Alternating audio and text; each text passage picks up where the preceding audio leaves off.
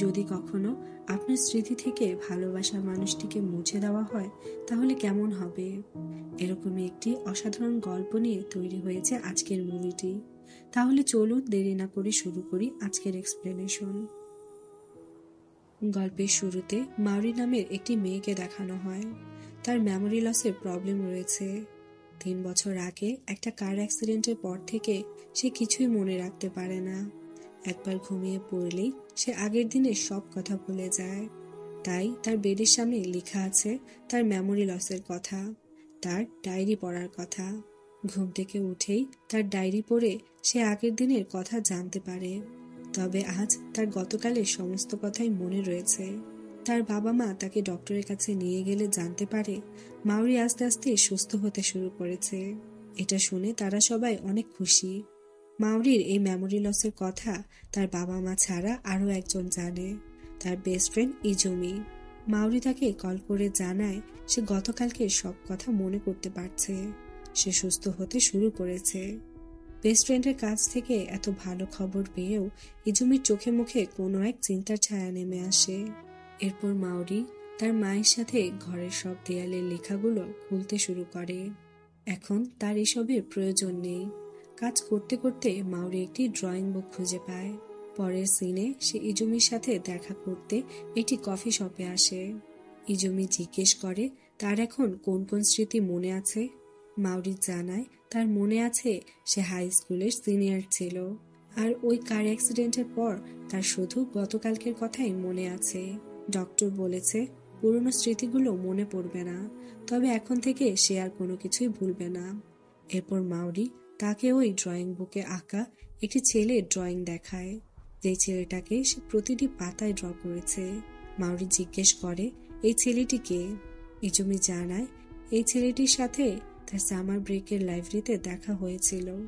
সে একটি ছেলে ড্রয়িং করতে চেয়েছিল, আর এই ছেলেটি তার মডেল হয়ে সাহায্য করেছিল। মাউরি বলে আমার এসব কিছুই মনে নেই, তবে আমি খুশি যে আমার তোমার কথা মনে আছে। এরপর রাতে ইজুমি বাড়িতে এসে ডায়েরি ভর্তি একটি বাক্স বের করে, আর সেই বাক্সটিতে ছিল সবই মাউরির ডায়েরি। একটি ডায়েরি প্রথমেই লেখা ছিল তরু কামিয়া নামের এই ছেলেটিকে কখনোই ভুলো না।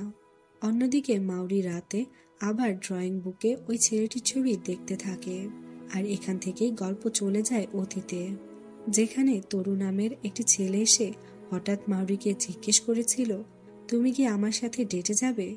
মাউরি বুঝতে পারে তরু এটা মন থেকে বলছে না। সে তরুকে আগামীকাল ক্লাসের পর দেখা করতে বলে সেখান থেকে চলে যায়। আসলে কিছু ছেলেরা জোর করেই তরুকে দিয়ে এটা বলিয়েছে। মাউরিকে এমন রাজি হতে দেখে ছেলেগুলো অবাক হয়ে যায়। তরু এই ছেলেগুলোকে বলে তাদের কথা মতো সে কাজ করেছে, এখন যেন তার বন্ধুকে তারা আর বিরক্ত না করে। তরু তার বাবার সাথে থাকে।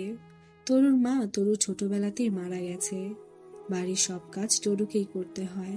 তার বাবা নিজের চাকরিটাও ছেড়ে দিয়েছে, কারণ সে আবারও বই লেখার চেষ্টা করছে, যেটা তরুর মায়ের শেষ ইচ্ছা ছিল। চাকরি ছাড়লেও তরুর বাবা বই লিখতে পারছে না, সারাদিন ড্রিঙ্কস করে পড়ে থাকে, আর তাকেও তরুরই সামলাতে হয়। পরের দিন স্কুলে সবাই তরুর দিকে বারবার দেখতে থাকে। সে বুঝতে পারছে না কি হয়েছে। তখনই একজন মেয়ে এসে দেখায় মাউরিকে প্রপোজ করার ভিডিওটা ভাইরাল হয়ে গেছে, যেটা সে ছেলেগুলোই করেছিল। এরপর ক্লাস ছুটির পর ইজুমি তার পথ আটকায়। সে জিজ্ঞেস করে তোমরা কি সত্যি ডেট করছো? তুমি তো মাউরি ক্লাসেরও না, কোনোদিন তো তোমাকে দেখিও নেই, তাহলে এটা কি লাভ এট ফার্স্ট সাইট ছিল? তরু বলে হ্যাঁ, এমনই কিছু একটা। ইজুমি তখন তাকে থ্রেট দিয়ে বলে তুমি যদি মনে করো ওর সাথে টাইম পাস করবে তাহলে নিজেকে আটকাও, না হলে পরিণতি ভালো হবে না। এসব শুনে তরু খুবই অস্বস্তিতে পড়ে যায়। তখনই ক্লাসের বেল বাজায়, সে কোনো মতে সেখান থেকে চলে যায়। এরপর বিকেলে সে যখন ক্লাসে বসেছিল তখন মাউরি তার কাছে আসে এবং জিজ্ঞেস করে তাহলে আমরা কবে ডেটে যাব। তরু তখন জানায় তার বন্ধুকে বুলির হাত থেকে বাঁচানোর জন্য তাকে ফেক প্রপোজ করেছিল। মাউরি জিজ্ঞেস করে তুমি কি আমার সাথে ডেটে যেতে চাও না? তরু এই কথার কোনো জবাব দেয় না। মাউরি তখন তাকে বোঝায় যেহেতু সে স্কুলের সব থেকে পপুলার মেয়ে, তাই তাদের ভিডিওটা ভাইরাল হয়ে গেছে। আর তাছাড়া তোমার বন্ধু যদি জানতে পারে তুমি তাকে বাঁচানোর জন্য এসব করেছো, তাহলে তো সেও অনেক কষ্ট পাবে। এসব কারণেই তারা ঠিক করে তারা দুজন কিছুদিনের জন্য কাপল হওয়ার নাটক করবে। আর এজন্যই মাউরি কিছু নিয়মও ঠিক করে। নাম্বার 1, তারা শুধু স্কুল শেষেই কথা বলবে।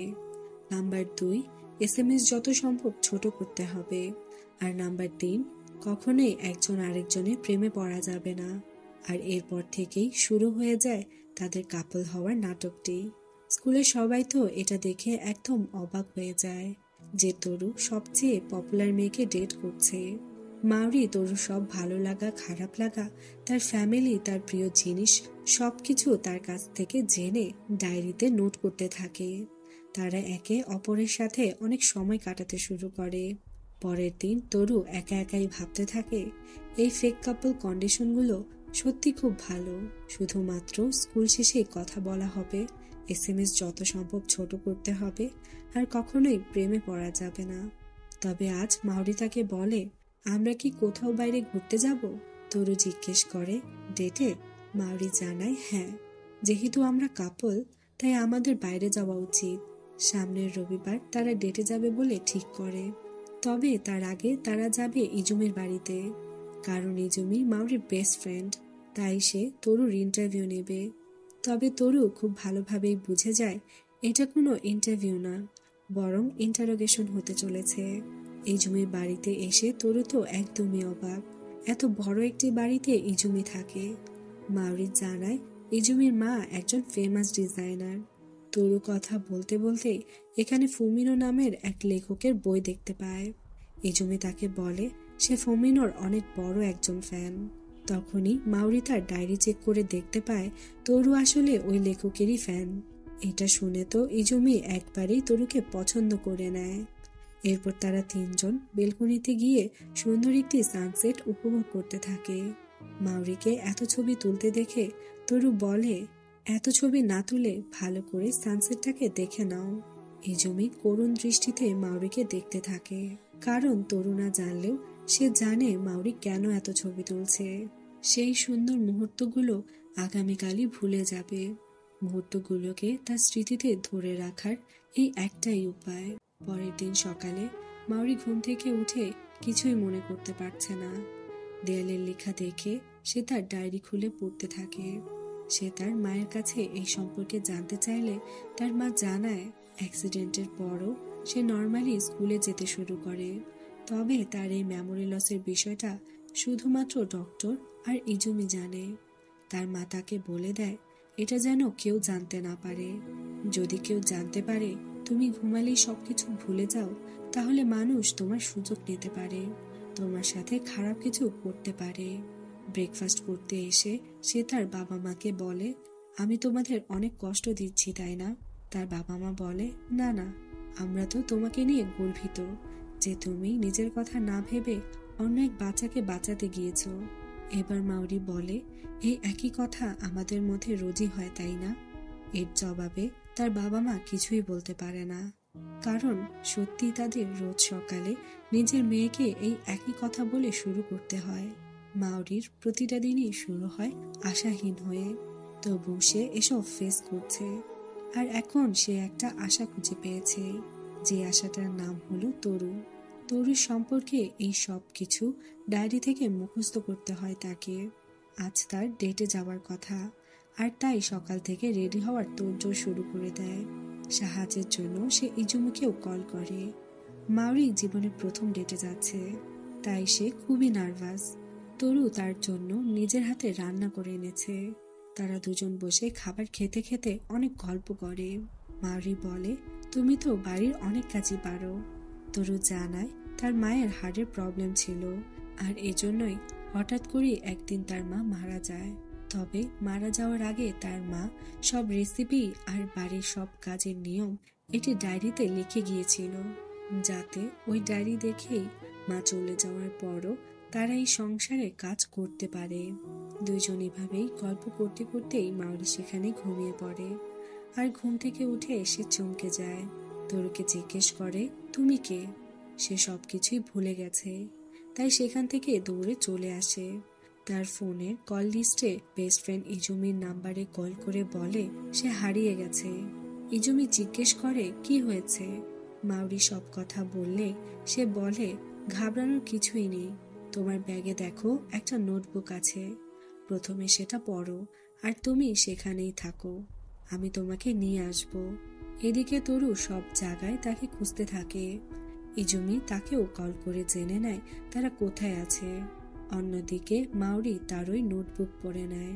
এরপর সে তরুর কাছে এসে ক্ষমা চায় আর তাকে সব সত্যি কথা বলে দেয়। তরু চুপচাপ সবকিছু শুনতে থাকে। মাউরি বলে যদি আমরা এভাবে একসাথে থাকি তাহলে ভবিষ্যতেও এমনটা বারবার হবে। তরু বলে কিন্তু আমি তোমার সাথে এভাবেই থাকতে চাই। তুমি যদি ডায়েরিতে আজকের এই ঘটনাটা না লিখো তাহলে আগামীকাল তোমার এসব মনে থাকবে না, আমরা আগের মতোই থাকতে পারবো। মাউরি জিজ্ঞেস করে আমার এই রোগে তোমার কোনো অসুবিধা নেই। তরু জানায় না, আমি তোমার সাথে কাটানো প্রত্যেকটা মুহূর্ত সবচেয়ে বেশি উপভোগ করি। মাউরি এটা শুনে অনেক বেশি খুশি হয়। ঠিক তখনই ইজুমি সেখানে চলে আসে। সে তরুকে বলে মাউরির ঘুমের মধ্যে হাঁটার অভ্যাস রয়েছে, তাই হয়তো ঘুমের মধ্যে এসে এসব করেছে। ইজুমি তরুকে নিজে কিছু বলে না, আর তরু তাকে বুঝতে দেয় না যে সে এসব জানে। এরপর রাতে মাউরি আজকের সব ঘটনা ডায়েরিতে লিখে, তবে তরুর কথা মনে পড়তেই সে পেজটি ছিঁড়ে ফেলে দেয়। পরের দিন তরু অনেক চিন্তায় ছিল, হয়তো মাউরি আর তার সাথে দেখা করবে না। তবে তখনই মাউরি সেখানে চলে আসে আর তরুকে বলে গতকাল এত সুন্দর একটা দিন আমাকে দেওয়ার জন্য তোমাকে ধন্যবাদ। তার গতকালকের কথা মনে নেই জানতে পেরে তরু এখন যেন স্বস্তি পায়।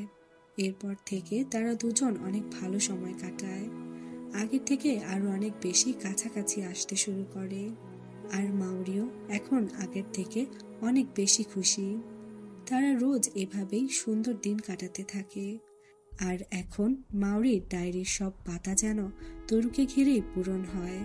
একদিন তরু একটা মলে আসে আর সেখানে এসে দেখতে পায় রাইটার ফোমিনো একটি বুক সাইনিং ইভেন্ট করছে।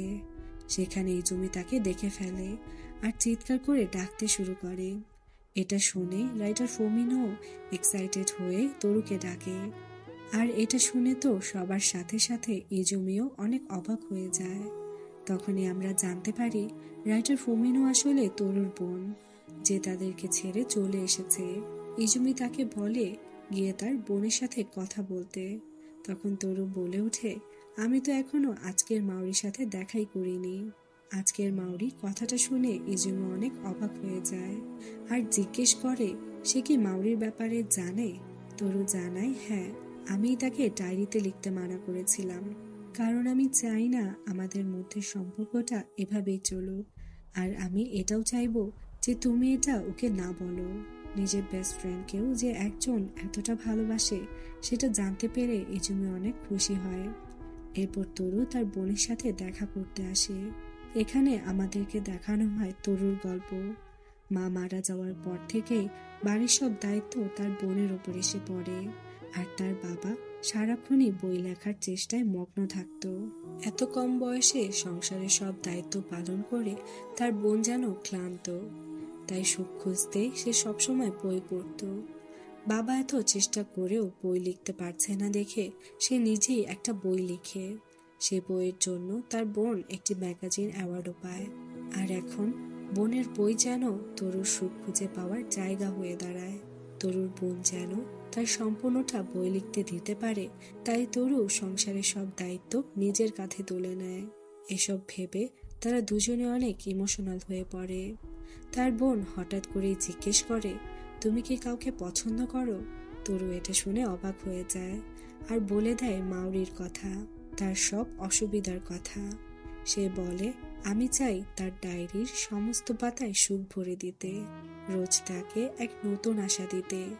এটা শুনে তার বোন অনেক খুশি হয়। চলে যাওয়ার আগে তার বোন বলে তরু, মাউরির জন্যই তুমি তোমার নিজের যত্ন নিও। তরু অনেক খুশি হয়। আজ সে সম্পূর্ণভাবে বুঝতে পেরেছে যে সে মাউরিকে কতটা ভালোবাসে। পরের দিন তরুর বোনের অ্যাওয়ার্ড ফাংশনের রেজাল্ট বের হবে, তাই মাউরি ঠিক করে ততক্ষণ তারা তাদের বাড়িতে গিয়ে অপেক্ষা করবে। এরপর তারা দুজন লুকিয়ে লুকিয়ে তরুকে তাদের বাড়িতে নিয়ে আসে। মাউরির ঘরে গিয়ে তরু দেখতে পায় তারা দুজন মিলে যে চাবি রিংটি কিনেছিল সেটা মাউরি তার ব্যাগে লাগিয়েছে। সে খুশি হয়ে বলে, মাউরি, তুমি তোমারটা ব্যাগে লাগিয়েছ আর আমি আমারটা বাড়ির চাবিতে লাগিয়েছি। তবে মাউরির এটা সম্পর্কে কিছুই মনে করতে পারছে না, কারণ সে এটাকে ডায়েরিতেই লেখেনি। খুবই লজ্জিত হয়ে মাউরি নিচে চলে যায় কিছু আনার বাহানায়। তবে এই বিষয়টা তরুকে খুব কষ্ট দেয়। এটাই তার ভালোবাসার প্রথম উপহার ছিল। সে বাড়ি চলে আসতে চায়, তবে ইজুমি তাকে টেনে বলে, তুমি কি জানতে না এমনটা কোনোদিন হতে পারে? তাহলে পালিয়ে যাচ্ছ কেন? ইজুমি বিছানা চাদর সরিয়ে দেখায় সেই সব ডায়েরি, দেয়ালে লেখা, যা দেখে মাউরির প্রতিদিনের সকালে সবকিছু মনে করতে হয়। এতটা অসুবিধার পরও সে কখনোই পালিয়ে যায়নি নিজের জীবন থেকে। এত কিছুর পরও সে সবসময় নিজের মুখে সে হাসিটাকে ধরে রেখেছে। তরু একদমই শান্ত হয়ে যায়। এরপর তারা দেখতে পায় তরুর বোনই সে অ্যাওয়ার্ডটি পেয়েছে। তারা সবাই অনেক খুশি হয়ে যায়। অন্যদিকে তরুর বাবা আজ জানতে পারে তার মেয়েই আসলে বিখ্যাত লেখক ফুমিনো, যে আজ এত বড় অ্যাওয়ার্ড পেয়েছে। সে তরুকে বলে, হয়তো এই জন্যই সে আমাদের ছোট করে দেখে। আমি একজন ব্যর্থ বাবা, আমি একজন ব্যর্থ লেখক। এটা শুনে তরু রেগে যায়। সে তার বাবার সেই সব রাইটিং প্যাড নিয়ে আসে যেগুলোতে তার বাবা একটাও শব্দ লেখেনি। সে বলে, মা মারা যাওয়ার পর থেকে তুমি শুধু পালিয়ে বেরিয়েছ তোমার লেখা থেকে। তবে বোন সেটা করেনি। সে তার জীবন থেকে, তার লেখা থেকে কখনোই পালিয়ে যায়নি। আর আজ তার বোন আবারও বাড়িতে এসেছে সে অ্যাওয়ার্ডটি হাতে নিয়ে। তার বাবা আজ প্রচুর ভেঙে পড়েছে। সে বুঝতে পেরেছে এতগুলো দিন সে শুধু নষ্ট করেছে। তরু তাকে বলে, বাবা, তুমি আমাদের এত বছর ধরে বড় করেছ, আজও আমাদের পাশে আছো। তুমি অনেক ভালো একজন বাবা। তাদের এই ভাঙা পরিবারটা আবারও এক হয়ে যায়। পরের সিনে মাউরিকে অনেক ভালো আর্ট করতে দেখে তার বাবা মা অনেক বড় বড় আর্ট কলেজে ফর্ম এনে দেয়। তবে মাউরি সেখানে যেতে রাজি না, কারণ তার এই মেমোরি লসের রোগ নিয়ে সে এসব করতে পারবে না। পরের দিন স্কুলে তরু তাকে বোঝায় মাসেল মেমোরি সম্পর্কে। মাসেল মেমোরি আসলে সেসব কাজ যা আমাদের ব্রেন নয়, আমাদের শরীর মনে রাখে। যেমন সাইকেল চালানো, কারো যদি স্মৃতিশক্তি চলে যায় তবু সে সাইকেল চালাতে ভোলে না। ড্রয়িং এর ক্ষেত্রেও এমনই হবে। তুমি যত বেশি ছবি আঁকার প্র্যাকটিস করবে তত তোমার মাসেল মেমোরি বিল্ড হবে, আর সেটা তোমার হাত মনে রাখবে। এভাবেই তুমি তোমার আর্টকে চালিয়ে যেতে পারো। আর এজন্যই সে এখন থেকে প্রতিদিনই ছবি আঁকতে শুরু করে। এরপর একদিন একটি দোকানে মাউরি হেয়ার ক্লিপ ট্রাই করলেও সেটা কিনে না। কিছুক্ষণ পর তরু সেই ক্লিপটি এনে মাউরিকে গিফট করে। মাউরি তো এটা দেখে অনেক খুশি হয়।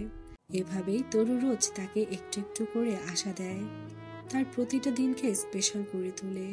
পরের দিন ফায়ারওয়ার্ক ফেস্টিভ্যালে মাউরি ট্রেডিশনাল পোশাক পরে, সাথে তরুর দেওয়া ওই হেয়ার ক্লিপটিও পরে আসে। তরু মাউরির রূপের বর্ণনা করে, এতে তার অনেক ভালো লাগে। তারা দুজন পরস্পরের হাত ধরে এই ফায়ারওয়ার্কস দেখতে থাকে। তবে মাউরি অনেক কষ্ট পাচ্ছে। এতটা গুরুত্বপূর্ণ দিন, এতটা গুরুত্বপূর্ণ মুহূর্ত সে কাল সকালেই ভুলে যাবে। তরুর হাতের এই উষ্ণ স্পর্শ সে মনে রাখতে পারবে না। এটা ভেবেই মাউরির চোখ থেকে পানি পড়তে থাকে। সে বলে, আমি এসব ভুলতে চাই না। তরু তার চোখের পানি মুছে দিয়ে বলে, তুমি এসব ভুলবে না। কোনো স্মৃতি সম্পূর্ণভাবে মুছে যেতে পারে না। মাউরি তাকে জিজ্ঞেস করে, তরু, তুমি সবসময় আমার পাশে থাকবে তো? তরু বলে, আমি সবসময় তোমার পাশে থাকবো। এরপর মাউরি বলে ওঠে, আচ্ছা তরু, আমি কি 3 নম্বর নিয়মটা ভাঙতে পারি? তরু বলে, এই নিয়মটা আমি অনেক আগেই ভেঙে ফেলেছি। আমি তোমায় অনেক আগেই ভালোবেসে ফেলেছি মাউরি। এই বলেই সে মাউরিকে কিস করে। মাউরি প্রার্থনা করতে থাকে তরু যেন সারা জীবন এভাবেই তার পাশে থাকে। এরপর সিন চলে আসে কিছুদিন পর। আজ তাদের গ্র্যাজুয়েশন ডে। স্কুলের শেষ দিন মাউরিকে এত খুশি দেখে ইজুমি ভাবতে থাকে, আমি তাদেরকে সব থেকে কাছ থেকে দেখেছি, আর তারপর আমি একা হয়ে গেছি। এরপর বাড়ি ফেরার পথে মাউরি ইজুমিকে বলতে থাকে, আমি তোমার জন্যই গ্রাজুয়েশন কমপ্লিট করতে পেরেছি। তুমি আমার প্রতিটা দিন স্পেশাল করেছো। যদিও আমার কিছু মনে নেই, তবু মনে থাকবে এই ডায়েরি থেকে। তরুর দেওয়া সে চাবির রিংটাও ইজুমির কাছে। কিন্তু কেন কেন সে মাউরির কাছ থেকে তরুর দেওয়া সবকিছু নিয়ে নিয়েছে? এরপর গল্প আবারও অতীতে চলে যায়। একদিন মাউরি বাড়ি যাওয়ার পর ইজুমি তরুকে বলেছিল, তোমাদের দুজনকে দেখে আমার ভালোবাসার প্রতি বিশ্বাস বেড়ে গেছে। এখন থেকেও তোমাকে সব সময় আমার মনে রাখবো, কারণ তুমি আমার সবচাইতে প্রিয় বন্ধুর মধ্যে একজন। তবে আজ তরুর মন ভালো নেই। সে তাকে বলে, আমার হার্টের অবস্থা হয়তো আমার মার মতো। গতকাল আমি হঠাৎ করে অজ্ঞান হয়ে যাই। ডক্টর কিছু টেস্ট করাতে বলেছে, যে টেস্টগুলো আমার মাকেও করানো হয়েছিল। তাই রেজাল্ট আসার আগেই আমি তোমাকে কিছু বলতে চাই। আর এখানেই সিনটি কাট হয়ে পরের দিন বিকেলে চলে যায়। ইজুমির কাছে তরুর বোনের ফোন আসে। ফোনটি রিসিভ করতেই তরুর বোন জানায়, তরু গতকাল রাতেই মারা গেছে। ইজুমি এটা শুনে একদম ভেঙে পড়ে। অনেক হতস্ততা করলেও শেষ পর্যন্ত সে মাউরিকে তরুর মৃত্যুর কথা বলে। যদিও মাউরি আজ তার ডায়েরি পড়েনি, যদিও সে আজ তরুকে চিনে না, তবু তার ছবিটা দেখে সে ঠিক থাকতে পারছে না। প্রচুর কান্না করতে থাকে। ইজুমি তাকে বলে দেয় তারা দুজন দুজনের জন্য কতটা পারফেক্ট ছিল, কতটা ভালোবাসতো। এটা শুনে মাউরি প্রচন্ড ভেঙে পড়ে। সে ঘুমাচ্ছিল না, যাতে সে তার ভালোবাসার মানুষকে ভুলে না যায়। তার মানসিক অবস্থা খুব খারাপ হয়ে পড়েছিল। তাই ইজুমি তরুর বোন ফুমিনোর কাছে আসে। তাকে জানায় তার ভাইয়ের শেষ ইচ্ছে কি ছিল। তরু সেদিন তাকে বলেছিল, ইজুমি, যদি আমার কিছু হয়ে যায় তাহলে মাউরির ডায়েরি থেকে আমাকে মুছে দিও। তার ডায়েরিতে আমি না থাকলে তার স্মৃতিতেও আমি থাকবো না। সে আমাকে যত বেশি মনে রাখবে তার তত বেশি কষ্ট হবে। প্লিজ এটা তুমি করে দিও। তরুর বোন এসব শুনে রাজি হয়ে যায় মাউরির ডায়েরিগুলোকে পুনরায় লিখতে। এরপর ইজুমি মাউরির বাড়িতে গিয়ে সমস্ত ডায়েরি নিয়ে ফটোকপি করে ফুমিনোর কাছে দিয়ে দেয়। ফুমিনো মাউরির ডায়েরি থেকে একটা একটা করে তরুর সব স্মৃতি মুছে দিয়ে মাউরির জীবন থেকে তরুকে চিরদিনের জন্য মুছে দেয়। ইজুমি মাউরির ফোন থেকে সব ছবি এবং ভিডিও তার কম্পিউটারে মুভ করে নেয়। এরপর তার ঘরের সব লেখাগুলো থেকে তরুকে মুছে দেয়। এই কাজগুলো তার কাছে খুব সহজ ছিল না। সে এসব করতে করতে প্রচুর কান্না করছিল। তবু বন্ধুর জীবন থেকে এই কষ্টটাকে মুছে দিতে সমস্ত কষ্ট সে নিজের মধ্যেই রেখে দেয়। এরপর সিন বর্তমানে চলে আসে। আর এই সব কিছুই আসলে ইজুমি মাউরির ডায়েরি থেকে পড়ছিল। তবে আজ ইজুমি আর এসব লুকিয়ে রাখতে পারে না। সে তার বেস্ট ফ্রেন্ডের ভালোবাসাকে এভাবে কেড়ে নিতে পারে না।